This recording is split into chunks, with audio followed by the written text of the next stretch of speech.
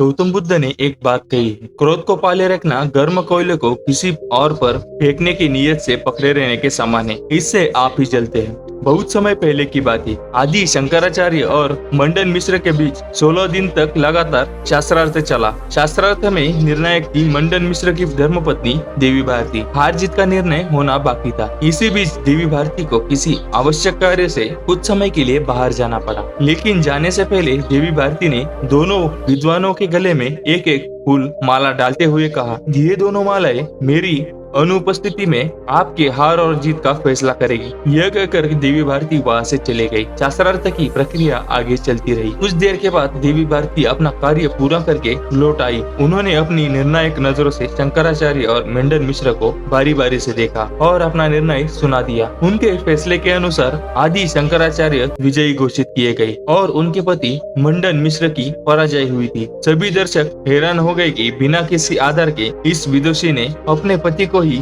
पराजित करार दे दिया। एक विद्वान ने देवी भारती से नम्रता पूर्वक जिज्ञासा की, हे देवी, आप तो शास्त्रार्थ के मध्य में ही चली गई थी, फिर वापस लौटते ही आपने ऐसा फैसला कैसे दे दिया? देवी भारती ने मुस्कुराकर जवाब दिया, जब भी कोई विद्वान शास्त्रार्थ में पराजित होने लगता है और उसे जब हार की झलक दिखने लगती है, तो इस वजह से वो क्रोधित हो उठता है और मेरे पति की गले की माला उनके क्रोध के ताप से सूख चुकी है, जबकि शंकराचार्य जी की माला अभी भी पहले से भांति ताजे है। इससे ये ज्ञात होता है कि शंकराचार्य की विजय हुई। विदुषी भारती का फैसला सुनकर यह सब दंग रह गए। सबने उनकी काफी प्रशंसा की। दोस्तों, क्रोध हमारी वो मनोदशा है जो हमारे विवेक को नष्ट कर देती है और जीत के नजदीक पहुंचकर भी जीत के सारे दरवाजे बंद कर देते हैं। क्रोध न सिर्फ हार का दरवाजा खोलता है, बल्कि रिश्तों में दरार भी बना देता है। लाख अच्छाई होने के बावजूद भी क्रोधित व्यक्ति सारे फूल रूपी